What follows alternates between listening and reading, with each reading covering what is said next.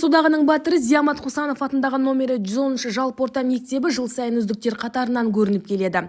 Қазіргі таңда мектепте 1400-ге жуық оқушы білім алуда. Түрлі үйірмелер мен спорттық жарыстарда команда үнемі алдыңғы қатардан көрінеді.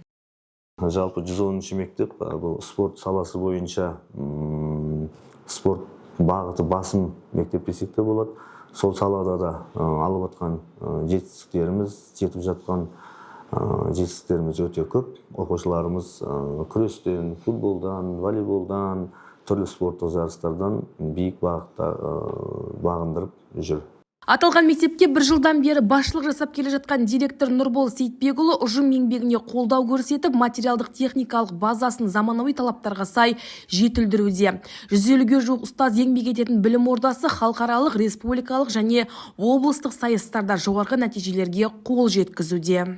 Пәндік олимпиадалардан біз былтырғы оқу жылында, яғни осы 25 жылда республикалық деңгейге дейін көтерілген оқушыларымыз болды. Қалалық деңгейде топ жарған бірнеше оқушыларымыз болды. Сол қаланың деңгейінде алдыңғы қатарлы мектептердің қатарында рейтингінде жүрдік біздің мектеп.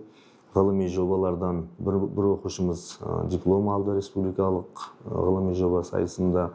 Биылғы 25 оқу жылында бір оқушымыз қазір неге өтіп, республикалық өтіп, қызу дайындық үстінде. Құдай қаласа, одан да жақсы үміт күтіп отырмыз. Зиямат Хусанов атындағы номері 110 мектеп алдағы уақытта да білікті ұстаздар мен ұйымшыл ұжымның арқасында биік белестерді бағындыруды мақсат етіп отыр.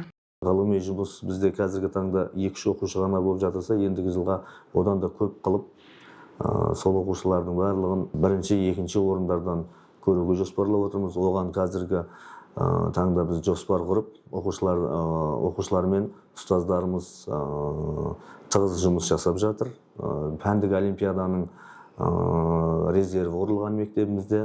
Сол резерв бойынша қазіргі оқушыларымыз жеке-жеке мұғалімдермен жұмыс жасап жатыр.